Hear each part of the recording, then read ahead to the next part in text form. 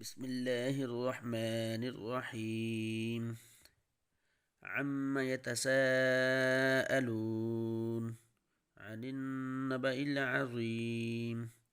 الذي هم فيه مختلفون. كلا سيعلمون ثم كلا سيعلمون. ألم نجعل الأرض مهادا والجبال أوتادا وخلقناكم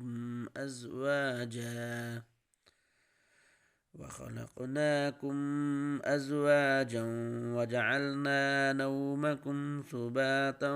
وجعلنا الليل لباسا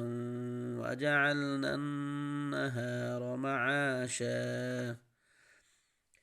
وبنينا فوقكم سبعا شدادا وجعلنا سراجا وهاجا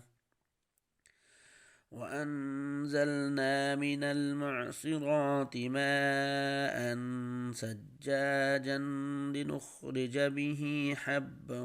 ونباتا وجنات ألفافا إن يوم الفصل كان ميقاتا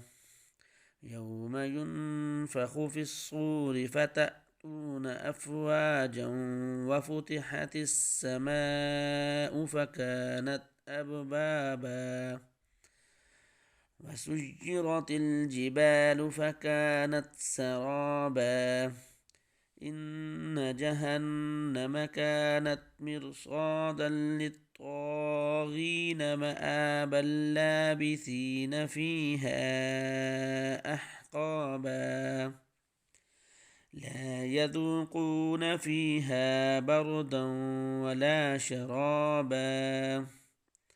إلا حميما وغساقا جزاء وفاقا إنهم كانوا لا يرجون حسابا وكذبوا بآياتنا كذابا وكل شيء أحصيناه كتابا فذوقوا فلن نزيدكم إلا عذابا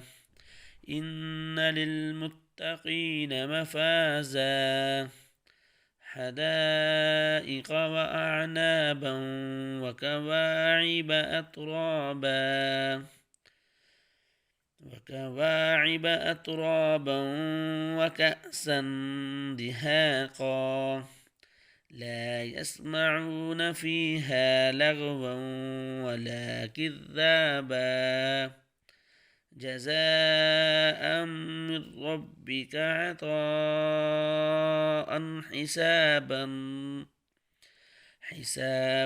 رب السماوات والأرض وما بينهما الرحمن لا يملكون منه خطابا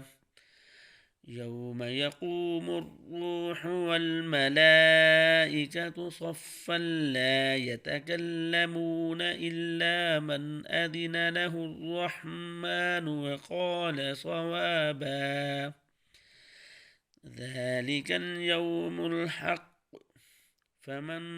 شاء اتخذ إلى ربه مآبا إنا أنذرناكم عذابا قريبا يوم ينظر المرء ما قدمت يداه ويقول الكافر يا ليتني